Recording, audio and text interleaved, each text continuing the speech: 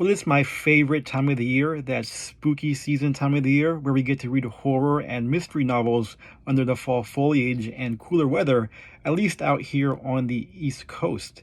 It's also my first time celebrating spooky season as a booktuber, so I'm going to share with you what I read for the month of October. First up, we got Stephen King's It, a book that's been on my radar probably since junior high school. I never got around to reading it, no pun intended, mainly because of me reading anything 1,000 plus pages at the time would be unheard of. Well, I finally felt brave enough to take that trip to Derry, Maine, and hang out with the Losers Club. At 1,126 pages, it is officially the longest novel I have ever read. Despite the massive length, I don't think there was a single section of the book that felt like a slog. And that's the great thing about reading Stephen King books. He knows how to hook the reader to the point where you'll fly through a couple hundred pages in one sitting.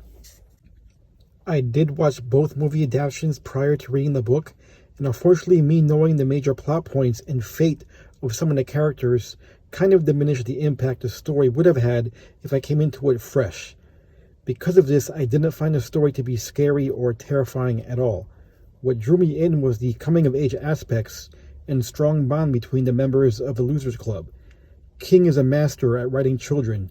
As a kid, I can recall many of us having filthy mouths, talking lots of trash, and roasting one another. King definitely doesn't sugarcoat that side of our childhoods. It makes his coming-of-age stories feel more grounded and realistic. The book is also structured completely different from the film adaptations, which made the story feel like a new experience for me. Part 1 of the films focused on the Losers Club as children, while Part 2 focused on them as adults. The book, on the other hand, alternates between timelines, which in my opinion makes the story feel more balanced. I always felt that the film's second installments with the adult focus suffered a bit in quality. Now, we can't talk about it without bringing up the elephant in the room.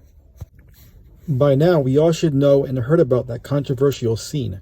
I read it, thought about it, and really couldn't find any justification as to why King chose to shoehorn this cringe-inducing scene near the end of the book. It's baffling because up to that point, everything was flowing perfectly from a storytelling perspective. He really must have been high as a balloon when he wrote that. Even with this glaring flaw, it still manages to rank up there as one of several Stephen King masterpieces. I'm sure many people consider it his magnum opus, and I wouldn't argue with that. Right after it, no pun intended, I moved on to Ghost Story, which was written in 1979 by the late great Peter Straub, who sadly passed away in 2022.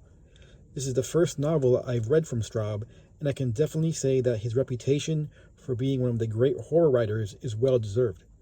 I could clearly see how this story might have had some influence on Stephen King, especially after reading it. Both stories take place in a cursed fictional town. It took place in Derry, Maine, while Ghost Story takes place in a small town in upstate New York called Millburn. Both novels feature a group of friends who band together to fight dark forces. On It, we had the Losers Club, and in Ghost Story, we have a group of aging men called the Chowder Society. I really enjoy the dark atmospheric tone of this book. Some people might find it a bit on the slow side, which is understandable since it's very plot heavy. The story doesn't start unfolding until about 200 pages in, but the build-up is well worth it and rewarding. The third book I read this month is Dracul, written by Dacre Stoker and J.D. Barker. If that last name sounds familiar, it's because Dacre Stoker is the great-grandnephew of Bram Stoker, the legendary author of Dracula. Dracul serves as an official prequel to Dracula. To prepare for this novel, Dacre Stoker reference actual notes and manuscripts from Bram Stoker himself. Some of the characters that appear in Dracul were originally written for Dracula, but never made it to the final version. Bram Stoker is featured as the main protagonist, along with two of his siblings, who also play major roles. Like Dracula, Dracul is written using journal entries with a similar Victorian style of prose as Dracula. I'm surprised this book isn't talked about or recommended more often because I find it brilliant, especially with how it ties into Dracula. In some ways, I actually enjoyed reading this more than Dracula, mainly because I felt more of a connection with this novel's cast of characters. Dracula is a must-read for all fans of Dracula and horror fiction. And last but not least, I read Uzumaki by Junji Ito, a deeply disturbing horror manga about a town cursed and consumed by spirals. And when I say spirals, that includes anything in the shape of a spiral, such as a tornado or snail shell. Now, I'm not the type of person that's easily squeamish, but I found some of the body horror images in this book hard to handle. This is easily one of the most disturbing books I've ever read, and that's all testament to the brilliant artwork of Junji Ito. One thing I did notice, which may or may not be a negative, is that some of the people and characters seem to be a bit oblivious to chaos and tragedy.